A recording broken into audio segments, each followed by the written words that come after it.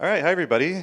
This is my first conference presentation since the pandemic. I've been teaching the whole time, but it's kind of exciting to be back. So thank you for re-inviting me and coming here today. So just a little bit about me, and by the way, that's my new digital QR code business card. I have it at the end too. I've been amazingly a professor for 10 years at Newhouse. I just kind of realized that this week.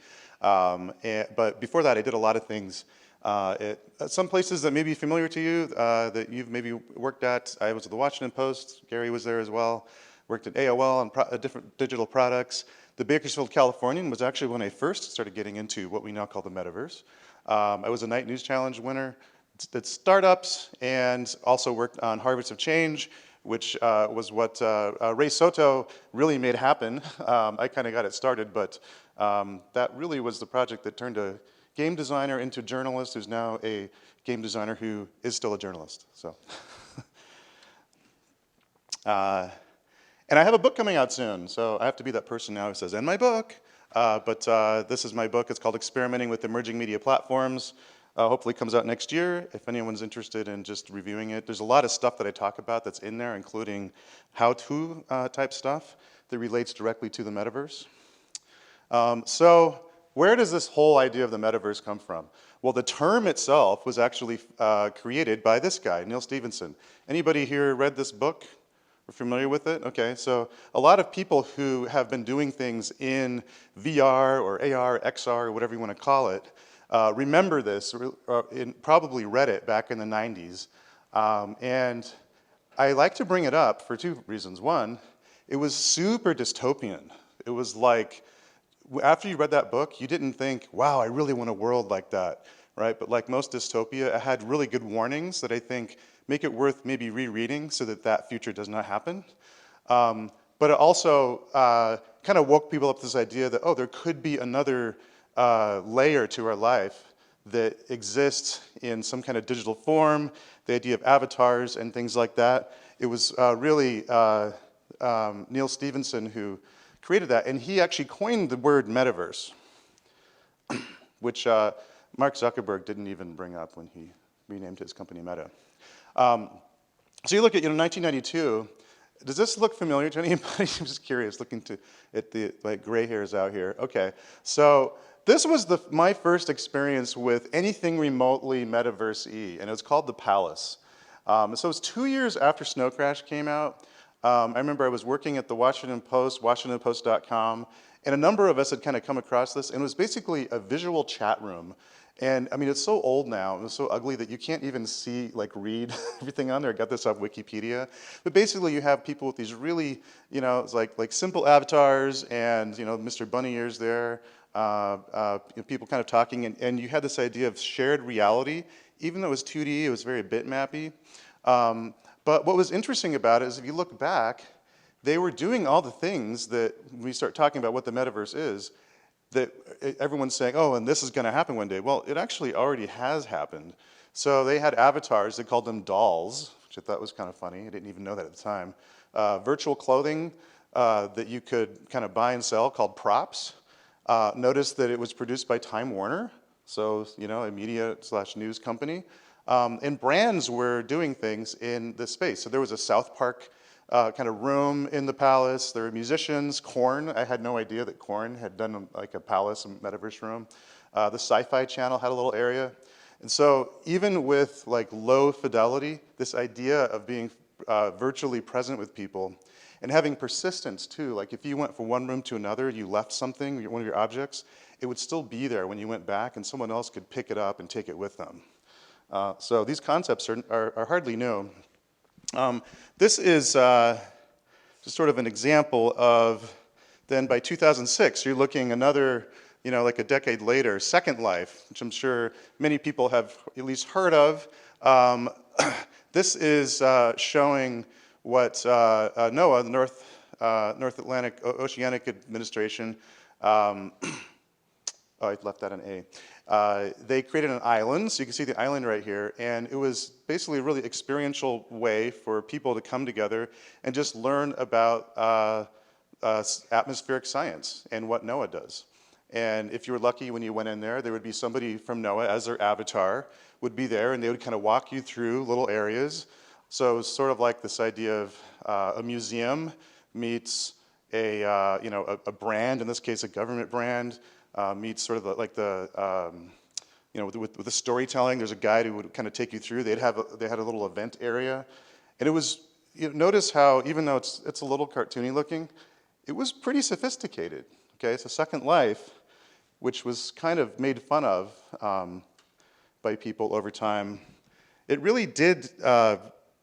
It took things from that 2D into the 3D with 2D virtual reality.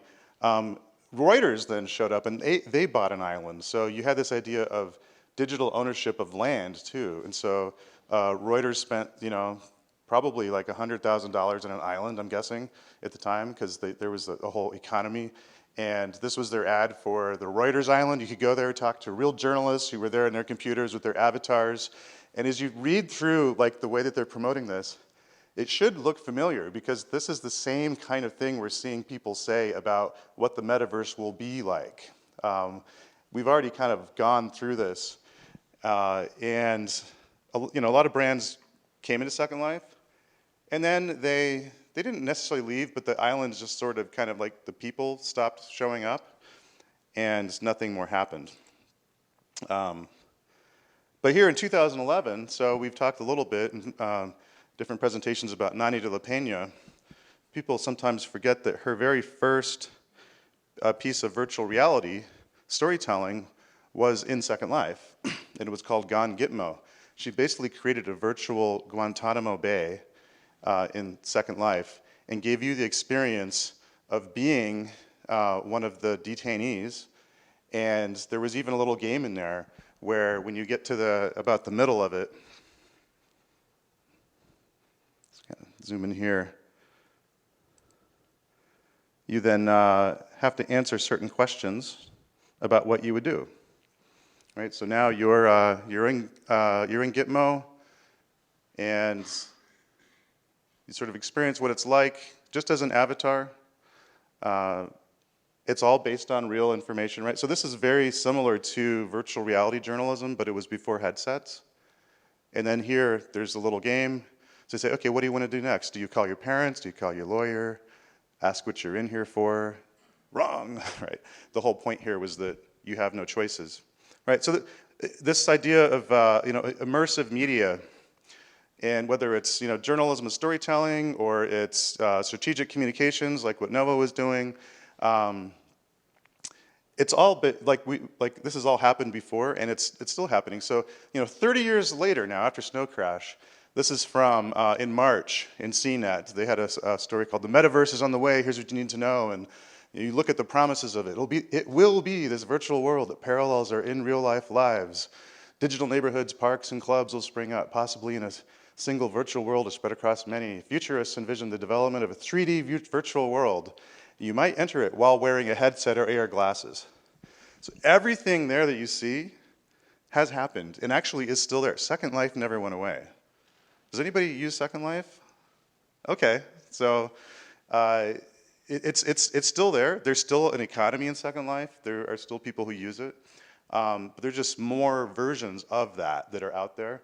But this whole idea of doing it in a headset or glasses, that's really what's new. And looking even further here, I call it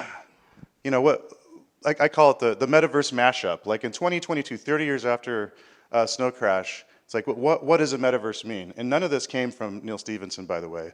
So it's a combination of these XR devices, AR, VR, and MR, some kind of interactivity, which can include games. People can join a virtual space in multiple ways. So if you don't have a headset, that's fine. You use your computer, use a browser, you could use your phone. If you have one, you put a VR headset on, you're in the same space as others, and maybe in the future you put on some AR glasses and you kind of see those same people in a space with you. How that's going to work, I'm not quite sure, but that's kind of the vision. And then there's this whole kind of economic side of it where it's decentralized through a blockchain, which is primarily so that you can have, your avatar can have clothes and accessories and things that you buy with crypto. And this part is a little bit, I think, very speculative. But there are examples of it being done right now. And there's just a lot of hype still. So this was a study that Deloitte and Touche sent out saying this major shift is underway. It could radically recompose internets and economies. I love that they use internets like George W. Bush. This actually is my favorite part. In the integrated marketplace of the future, streamers, social media, and gamer companies could see their business models further disrupted, and not just by younger generations, but by Web 3.0. Dun, dun, dun, right? There's a lot of hype here. So getting back to Mark's introduction of the Gartner hype cycle, Metaverse is definitely, I think you place it in exactly the right place. It's right up here, and we're gonna see a fall into the trough of disillusionment. But remember, as they said in Battlestar Galactica, all of this has happened before, and all of this will happen again. It did happen, right? We saw that with Second Life. And then the question is, are we going to go through this again, but what's that platform of productivity? Regardless of how that rolls out, there are many tech industry players putting billions of dollars into this right now. That's the other thing that's different. Money and investment are different. Instead of it just being one company here and there, and just doing something on the side, it's become like they're in some cases, Facebook, famously renamed itself Meta.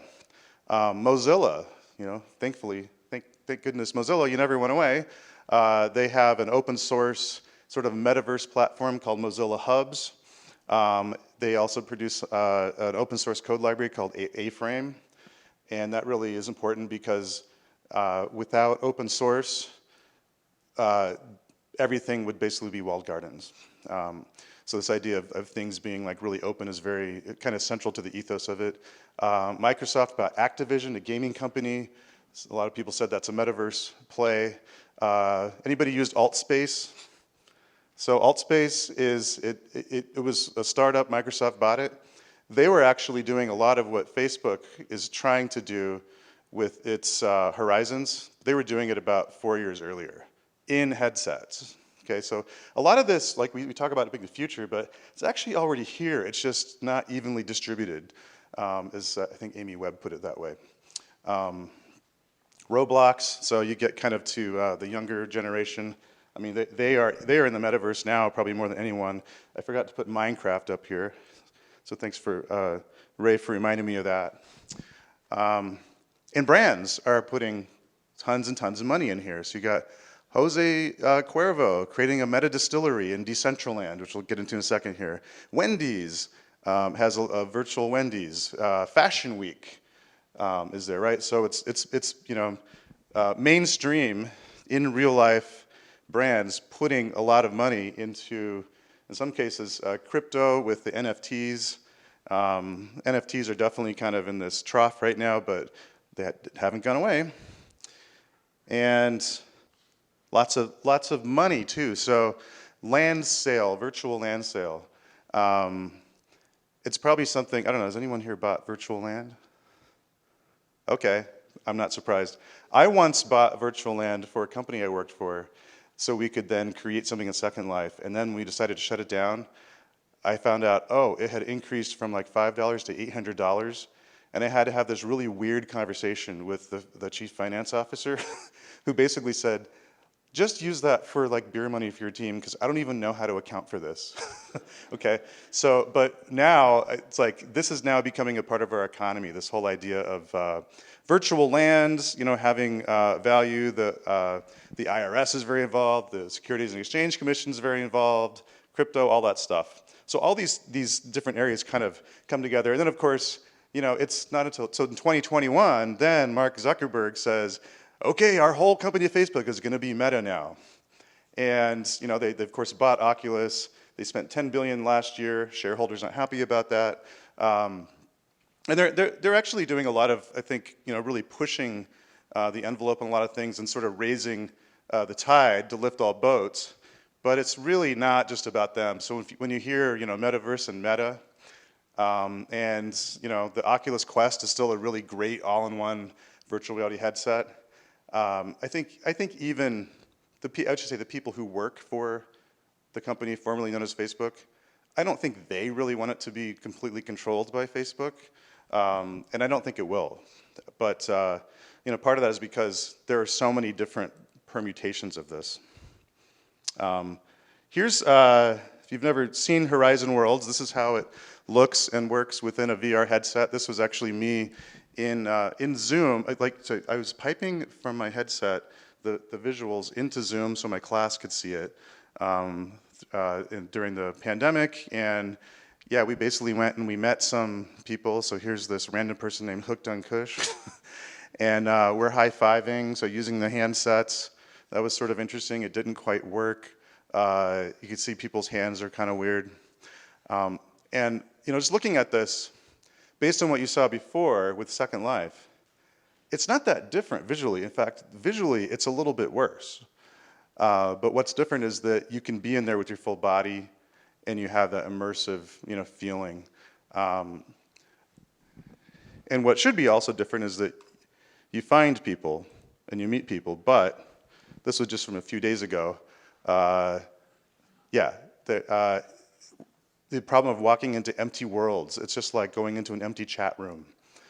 Just to date myself, I remember when I was first out of college, I was working at the Denver Post, and I was trying to convince them to create a website. And what they said was, well, Apple has this new online service called eWorld, and we want to do that. And I was like, good luck.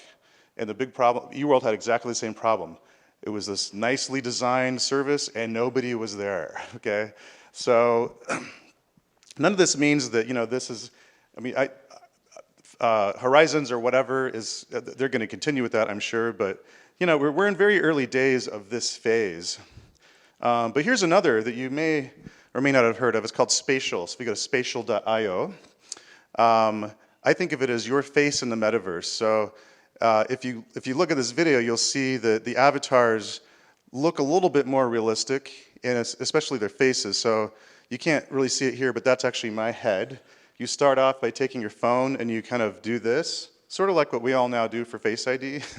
I think with Apple, the latest iOS, they do that to scan your ears for spatial audio.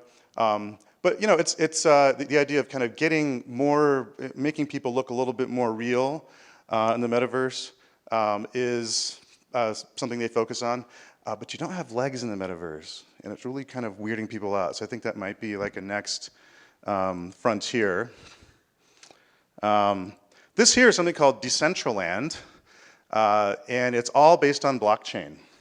So if you can imagine something like Second Life, but there's what's called a decentralized, a DAO, decentralized autonomous organization that votes on a blockchain, which I don't even want to get into what that means, but it's not completely controlled by one company. The community kind of controls the rules of this space, and in a decentralized way. And I'm accessing this just from my computer, by the way, and then of course you have to have your weird avatars.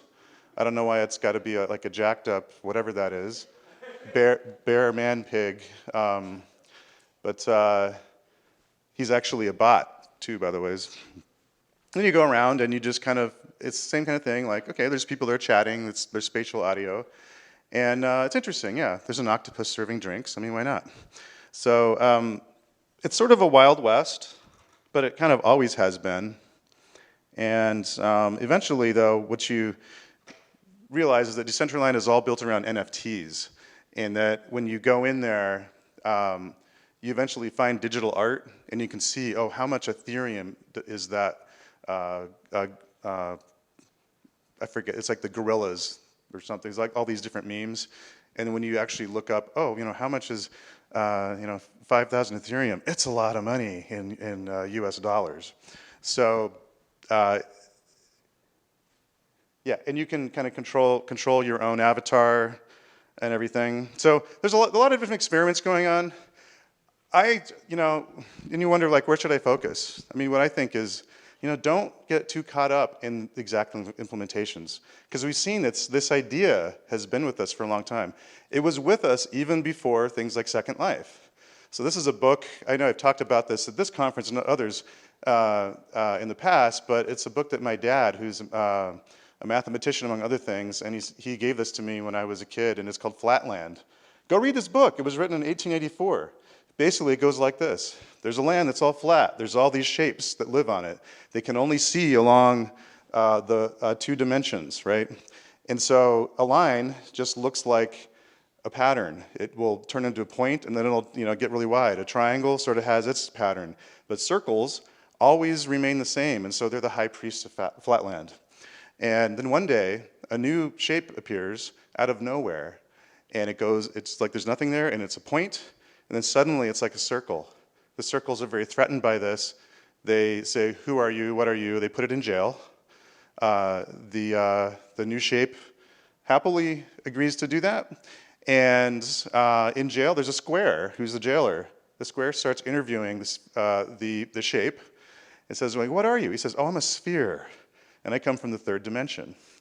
And the square says, "What's that?" He says, "Let me take you there." He picks him up, and suddenly the 2-dimensional square can see the 3-dimensional world as it always has been, but he didn't know it. And I see that as an analogy for media.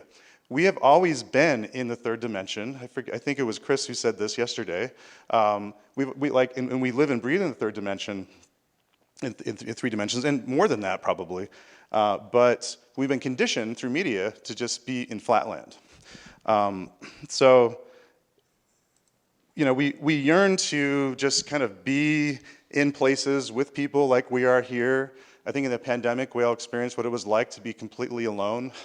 And then we found ways to be together alone through, again, flat screens, right? But some of us put on headsets, if we had them, and we went into these metaverse platforms. And I'll tell you, when it was like week 3 of the total lockdown in the state of New York, I was just like, I need to go see some live music and drink a beer, even if it's virtual beer. And I had my real beer there, and I went to a concert, and it was actually pretty cool, because I experienced the loss of that. So that's sort of how I see this all kind of fitting together. Oh, sorry, I have a timer here. Okay, good. So this world, it's not that it's coming, it's actually here, and it will just get more immersive, I think. It'll start to show, you're already starting to see 3D. We've seen so many examples this week of how 3D is moving into our phones and our devices, and you can jump inside in a headset, and maybe the future glasses you put on and you see avatars next to you. Maybe they look more and more realistic. So what I think we should be focusing on is be getting really good at the building blocks of the metaverse, and know how to create content like this, so that whatever the platform is, we're able to bring our stories into that space. And thankfully, as you've kind of learned also through this weekend, it's becoming easier and easier to do that, less expensive, just like every other technology. So 360 content, the 360 cameras are well under $500 now. 3D model capture, I have some examples of how you can do that today. Augmented reality, there's a lot of different experiments out there, but I've been focusing on A-frame myself, and then the idea of social. So we're all kind of familiar with 360. This is something I did with a group of my students at a cultural center, and we basically did 360 video of this traditional Puerto Rican dance. This is all done in Adobe Premiere. It was pretty easy. It used to be that this kind of thing took many, many, many, many hours just to produce one video, and there was a lot of work involved. 3D capture. Looks like I could hit play here. Over here you see the Turnio Plus app is one that I like. Another common one is Polycam. Clone is another. These apps Clone works on Android, by the way. The other only work on iOS, if that makes a difference to you. But you can basically just move your phone around something, including around somebody, by the ways, and you get a 3D model at the end that has pretty high quality. It used to be the only way to do this was with desktop software.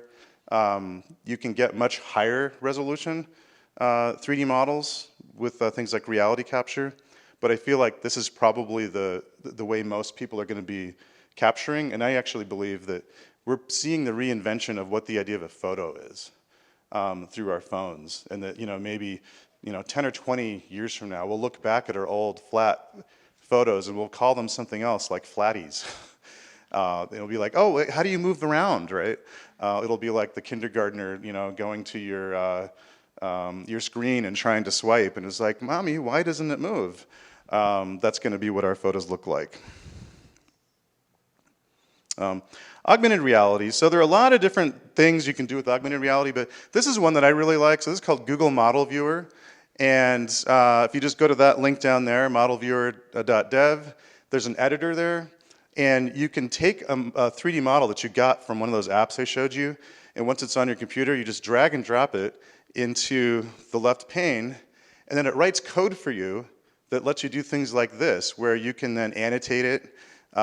This is actually a little, it's called a little free library. It's right down the street from me. This is actually pretty cool. There was a poster of a lost cat right there that came out through the scan. I was very excited. So it's like, lost cat, make sure you don't miss that, right? So, I mean, this is like super simple AR storytelling, but it's, the price is exactly $0.00 because it uses code. And as long as you do the work to just get the model in the right format, and then you know how to use HTML code, right? All you students here will learn it. It's gonna do you well. Does a body good. Then you can do stuff like that. But then we don't want to forget the importance of storytelling in all this. So I talked about this more last year, and if you look back at the archives, you can kind of watch this. But this was a piece I did with some students. It's actually won a lot of awards since then, called Visualizing 81, and we used all these tools I'm talking about to create a story that you use in a browser. But what you're seeing here is I'm actually entering it on an Oculus headset. So the Oculus headsets have a browser in it, and when we have our time later, that's what I'm going to show everybody, is that, oh, you can go to a web page in the Oculus, and then it's like all around you. So think of the idea of a web page being stuck in flatland. That's no longer true. All of us can be the sphere. And yeah, you can see your hands and everything. And throughout this whole piece, I mean, there's a story. It's if you go to visualizing81.thenewshouse.com, highly recommend reading it, because it's a story that's happened again and again around the world, is what I'm learning. People were contacting me of highway projects being used to justify bulldozing red-lined, mostly people of color communities. I was recently in South Africa, in Cape Town. The same thing happened there, but instead of 4,500 people being displaced, it was 60,000. That's called District 6. And so those are the important things, to think about, is once you have the building blocks, under your belt, then how do you apply that naturally to stories where it really makes sense? So this is not a project of mine, but it is a project that Veda Shastri, formerly New York Times, produced at the National Geographic, and it's one of my favorite pieces of immersive media. This is actually a video showing somebody using it, so this is just straight off YouTube, and it's called National Geographic Explore VR. And basically, you start off as a photographer working for National Geographic, and you get an assignment. The assignment is, we want you to go to Machu Picchu, and we want you to take certain pictures, and then once you take the pictures, kind of rank them, and then bring them back to your editor. Yeah, so now, I mean, they do some cool stuff with the brand too, and then you're in Machu Picchu. They 3D scanned the buildings of Machu Picchu, which I was excited about because I've been there, and I'm telling you, it was so close to what it was like to be there. It's like I got to go back. Yeah, it's like everything is, the visual acuity is really good, but what I think is smart about it is it's not just, hey, here's a 3D scanned model of Machu Picchu. What do you think, right? They put you in the story, and they've gamified it, right? So this is an example of gamifying everything. I don't know, Ray, have you tried this? You should. It's worth the $9.99. Um, oh, sorry, just wanted to make sure we had time for our... Okay. So there are other, but all of that, as cool as that is, it's not really the metaverse, right? It's still an experience of one. So one of the big issues with especially VR in particular is, you know, you're bowling alone in the like in those stories. You go in there and you're taken away from wherever you are, and there's nobody else there most of the time. So what I want to show you here is actually something. It's called Nowhere, and I can show this to people later. If you go to yournowhere.com, one of my former students actually works for this now. He actually was the same one who worked on Visualizing 81, and it's like Zoom meets Second Life, or Zoom meets Facebook Horizons. And instead of having an avatar, you have these little clam-shaped, objects, and your video face shows up on that, and you use your arrow keys to move around. It sounds and looks goofy, right? I'm telling you, when we had our class in this, so I basically got to tell my Zoom class, it's like, hey everybody, so in the next 10 minutes we're going to go on a field trip. And they all said, yay, right? Get us out of that, get us out of Flatland, out of the Brady Bunch box of Zoom. And what we did here is Sonny Skirasuolo, who's right there, he's the one who built this world, using 3D scanning, using 3D modeling software, Blender to be specific. And we all met, and we ended up meeting inside of a coffee cup. I don't know if you saw that. We all sort of like flew up there, and we're inside of a coffee cup. It's like you can do that now, right? And I mean, it was fun. It's okay to have fun. In fact, with this kind of stuff, if you're not having fun, you're doing it wrong. And nobody really knows the rules, and that's okay. So what I also liked about this, by the way, is that when we did breakout groups to have discussions, instead of saying, okay, I've assigned you to breakout groups, go off, right, and then they're all gone, I would actually have to go up to everybody and say, okay, you three, follow me over here. And then their little clamshells would follow me and be like, okay, you meet over here by the Nintendo Switch. I want you to talk about this topic. And then, okay, you all over there, come over and follow me this way. And so even though I was just using a computer and a mouse and everything, like I have a memory of actually having been there and walked around and doing that. So this idea of immersion, like it doesn't necessarily have to have the full depth you get in a VR headset. Imagination also plays a role. This is another, I call it a metaverse authoring tool. It's really, right now, just a virtual reality authoring tool. It's called Reach. It's produced by Emblematic Group, and in particular, Nani de la Peña, whose name comes up again.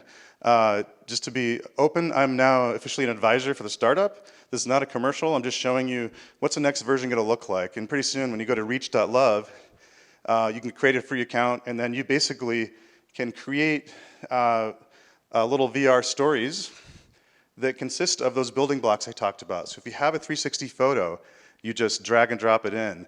You can go to Sketchfab, which is a place where it's like the YouTube of 3D models. And you can find things that people have created or that they 3D scanned and select it. Right here, I found somebody's some grass and that they had scanned, and then eventually, let's see here. There's my 360 photo. Kind of zoom ahead here. It's pretty cool. I then I pulled in. There we go. A 3D model that I had scanned in the Amakala Game Reserve in South Africa, and it was a memorial to some white rhinos that were poached back in 2010 and 2011. I put that in there, and then I went and I found some rhinos that someone had created with 3D software, and I put them in there, and it's just like a little virtual reality memorial. And once it's finished, I just hit a button, and I publish it, and I can then send a link to somebody, and then you can move around, just like we did in Nowhere. And if you open it on a phone, then it looks like this. So it just loads up, and you hit the start button, and you're in the space. When you hold your thumb down, you kind of move around. So it's really simple, but it's still immersion, right? And so the idea is like, okay, you can create experiences based on real stuff, based on imaginary stuff, quickly send them to people, and then they can experience them on their phone. If they have a VR headset, they could hit the VR or send this into their Oculus, and then you're actually fully in it, so we'll demonstrate that later.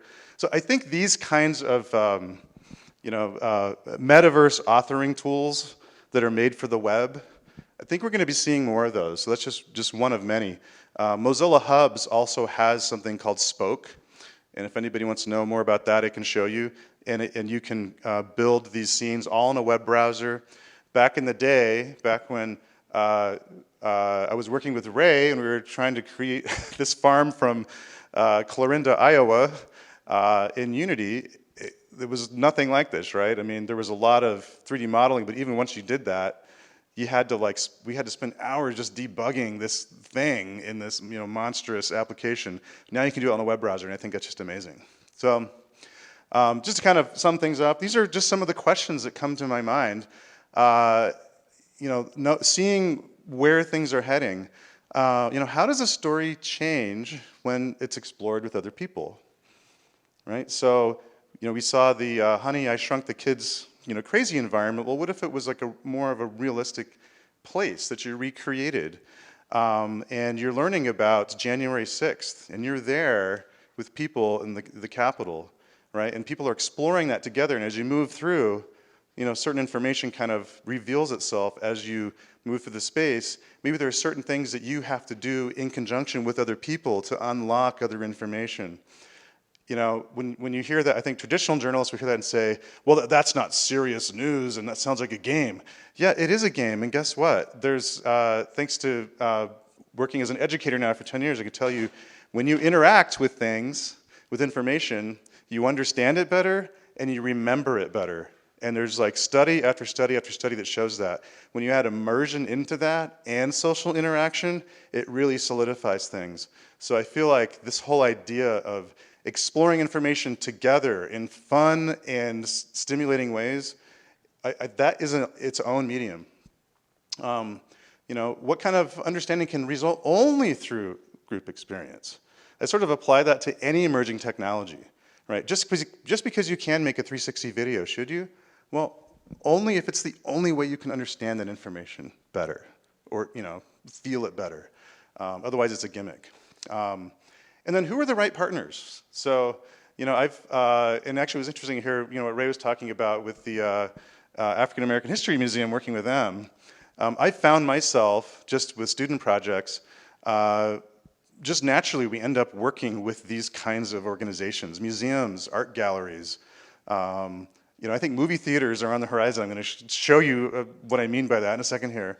Community art centers, schools, like just places where people meet and they have a mission. Think of places or organizations that already kind of serve their mission through physical space. I think there are opportunities to work with them and bring journalism into those spaces and bring those spaces into journalism through the metaverse. And this is another kind of everything old is new again. There's a company that disappeared during the pandemic, and I was very sad to hear it because I actually tried this out. Has anybody heard of this or tried it? It's called The Void. It's coming back, okay?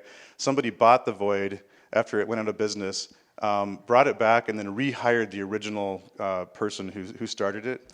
And basically, it's currently being used for things like movies, but this here is sort of their ad.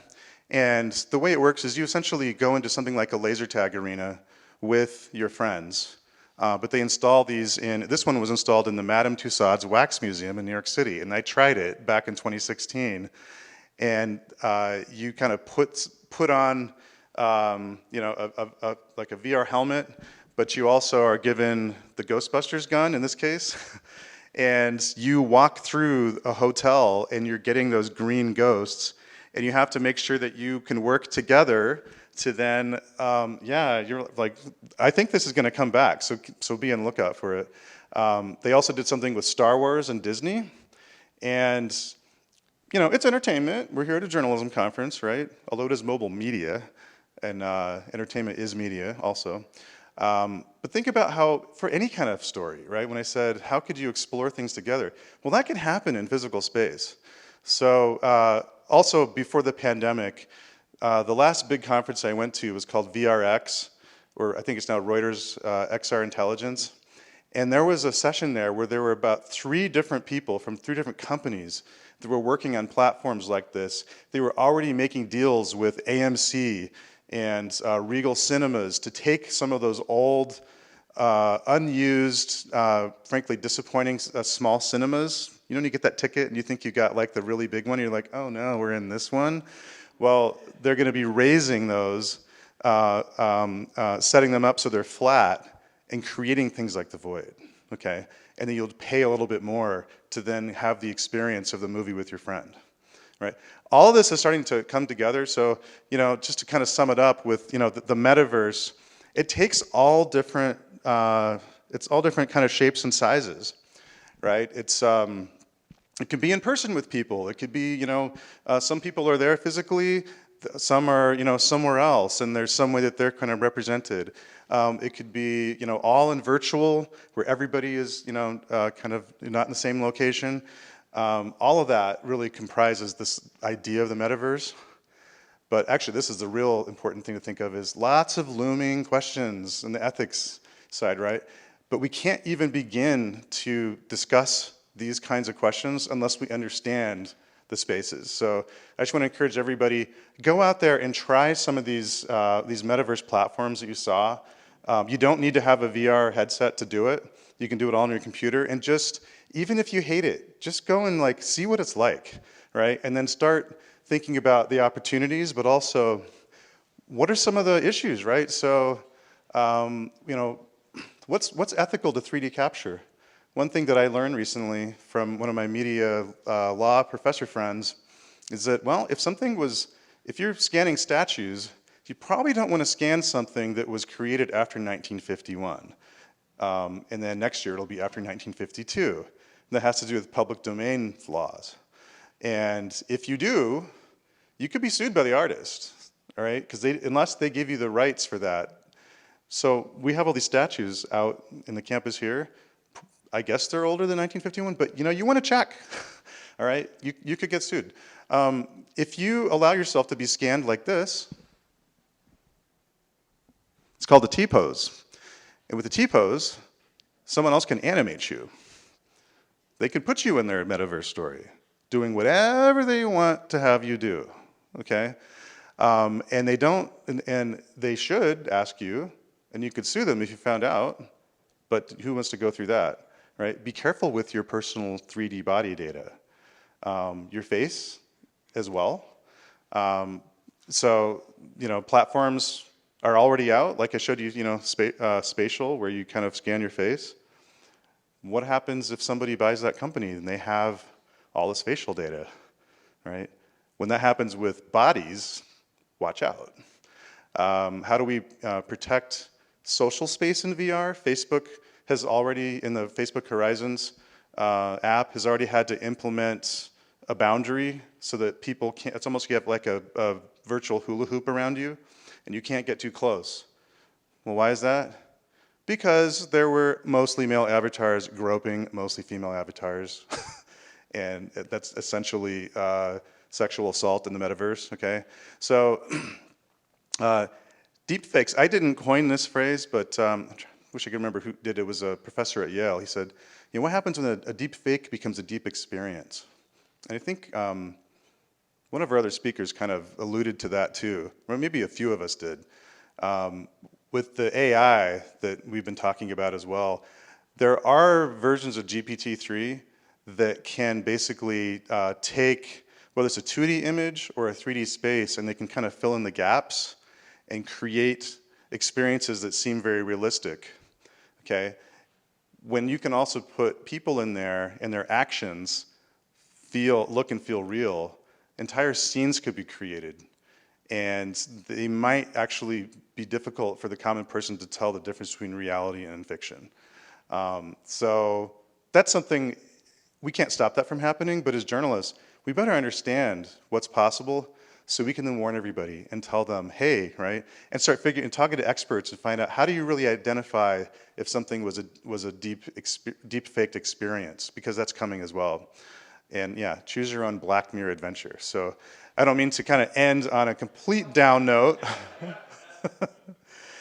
There's more information on how to reach me, so I think we have some time for questions.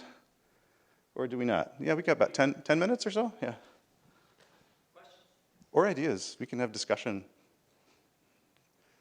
So it's not every piece of tech or ideas in tech that get like 30 plus years to reach maturity, like Metaverse and that concept has had for a while.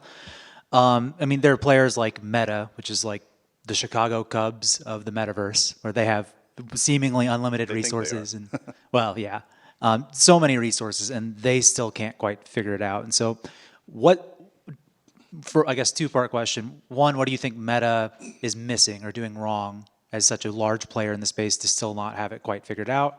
And the second part of that question is just, what is it going to take? Is there some type of catalyst that will help the metaverse have the maturity and adoption that like the mobile phone has or social media platforms have for connectivity? I mean, for the first question, I think there's a lot of things that they're doing wrong. The one that concerns me most is directly related to what happened with Facebook. All the tracking that's going on, or that has gone on with Facebook, which we all became much more aware of after the Cambridge Analytica scandal, right? And everything that happened after that.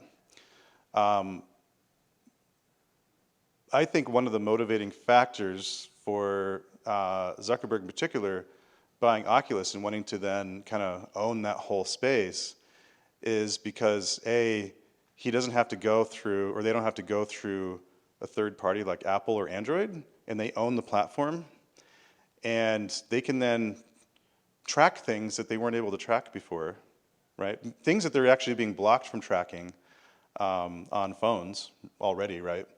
With the, Apple's Do Not Track, and then what kind of Google's coming along with. But the tracking is not just, oh, what did you click on? What did you look? What did you bring up? It's how did you move? What is your unique body movement signature? Right? So think about that. The cookie in the future with the metaverse could actually be your unique gait, your mannerisms, how you move. The AI can actually tell that, and that's actually not even something new that Facebook invented. Microsoft's been doing that for a while with the Kinect. It's all in there in the API if you look, if anybody ever played with Kinect. So data privacy, really concerned about that.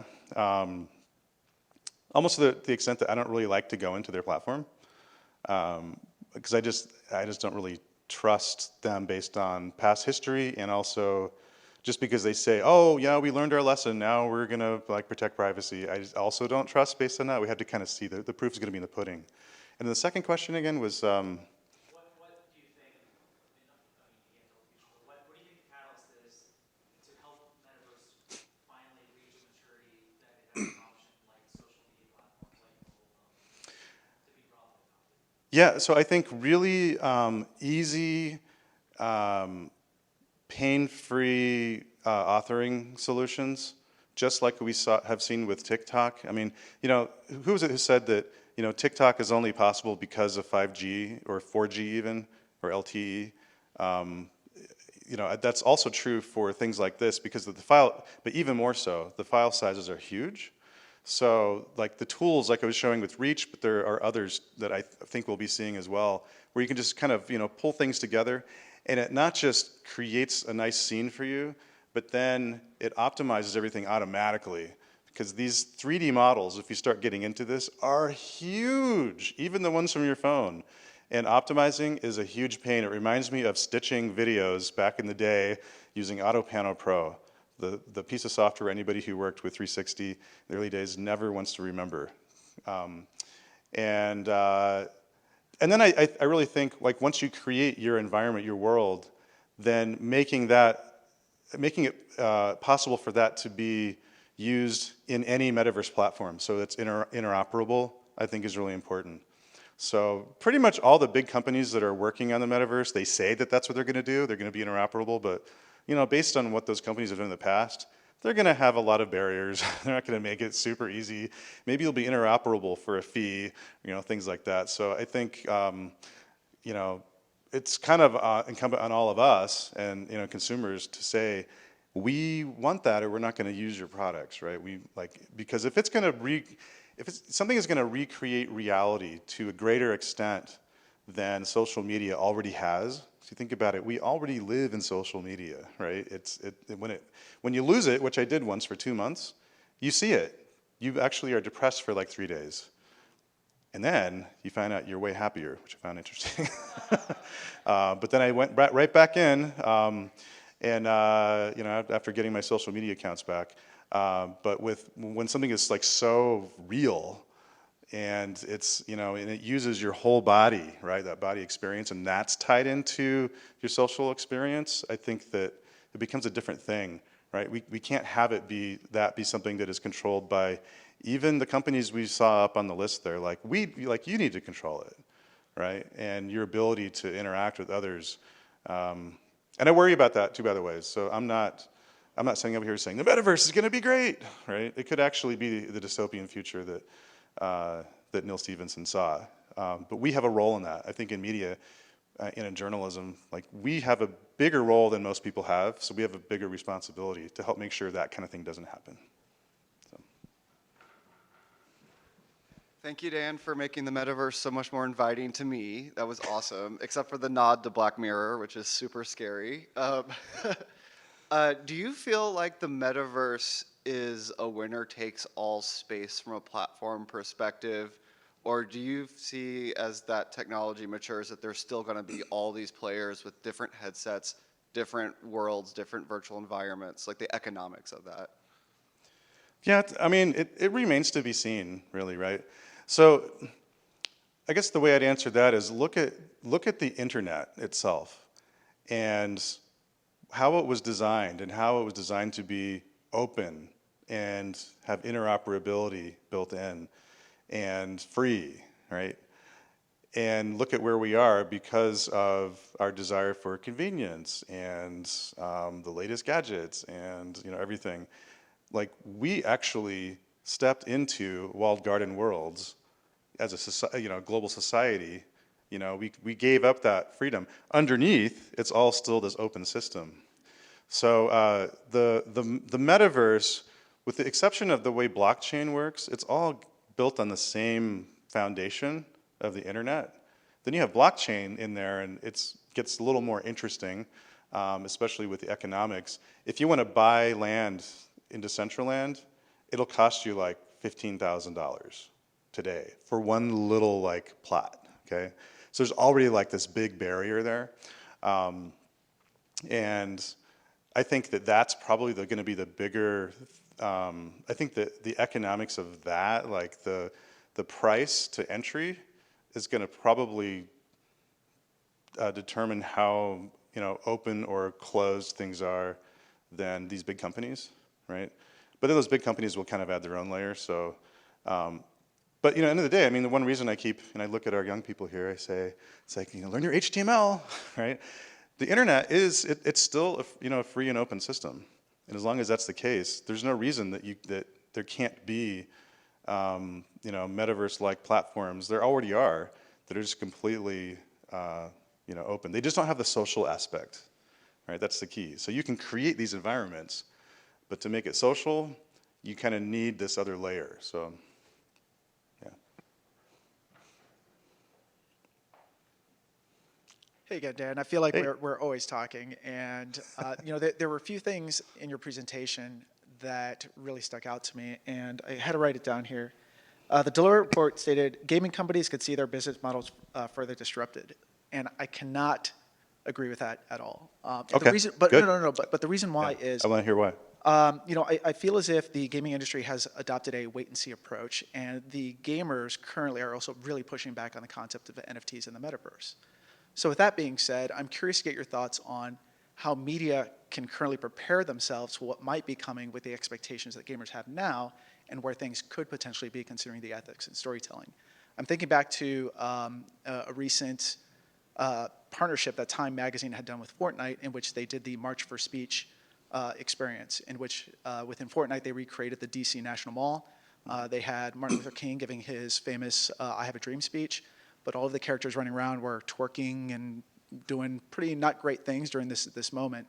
So what could media do now to better set those expectations and kind of the ethics around them ahead of mass adoption of the metaverse? Good question. And by the way, it's just because I put Deloitte's quote up there doesn't mean I agree with it. Yeah, there's a lot of hype out there and a lot of like the warnings and everything, including myself. Even my ethical warnings are kind of up for grabs there. I mean, so I was involved pretty early on in the early explorations of what we then called online community. So starting at the Washington Post, actually. We created a website called Talk Central, and then we had like our own message boards. We had to pay someone to code for us, and then I think we used the well. Do you remember? It's like yeah, and so what was great then is that we created the spaces, and then we owned them, and then we were able to then go in and manage them and police them. Police is the wrong term. We were able to go in and just manage them, and moderate. And so I think that, we look at, metaverse platforms, one of the key differences between that and a VR experience is there's other people there. Well, if all the interaction's happening on someone else's platform, they're the ones who get to decide that. And I still wonder, like, why did we as news organizations and journalists just cede everything over to Facebook and Twitter and, now, well, Meta, but really any of these platforms, right? Like, you're just sort of, it's almost like if we want control over, that kind of thing, like, we have to beg, right? And say, hey, could we please have this, this ability to kind of, moderate this? I mean, imagine if in this conference right here, there were no walls, and we were just right out in the middle of anywhere, and there was a bar right over here, and then there's like a strip club over there, and then there's a kindergarten over here, okay? That's sort of the environment that something like Twitter is, right? And if that becomes what we all, like our only choice, the choice that we all make to only go somewhere like that is there's like this complete free-for-all, we're gonna have that in the metaverse for sure. So, yeah, one thing I like about things like the Reach platform and also like the You Are Nowhere, you create your own environment and you have total control over it. Like, they really kind of push that idea. That's part of their ethos. So I think it's okay to use platforms from others, but make sure that they give you the, to like demand the control over the interaction. Because if not, the best you're going to get is that hula hoop force field that Meta implemented, which doesn't really solve the core problem. Somebody can still go up to you and verbally harass you, right? And then nobody's going to stop them. You can report it, but are they going to hear it or not? I don't know. All right. One more. Oh yeah, you always have to ask questions. You're like the best question answer this whole conference because you're always there. So we've been talking throughout this weekend about how emerging media can be used in education and all that, and there's been talks about using like VR to show the future generations. We're not quite there yet, but the species that will most likely go extinct in the next 5 to 10 years. But I kind of feel like there's some ethical dilemmas there. Like, if we use technology to, scan them, then you're getting close to them. That's humans interacting. So, like, where do you see, like, obviously that's a good thing. We should be able to document those creatures. But where do you see, like, that line being drawn in the sand? Like, where is it going to do more harm than good? First, I have to ask, are you 3D scanning animals? Because that's awesome if you are. I mean, I think it's With their possible. Yeah. Actually, it would be kind of hard as they move, but interesting question. I mean, there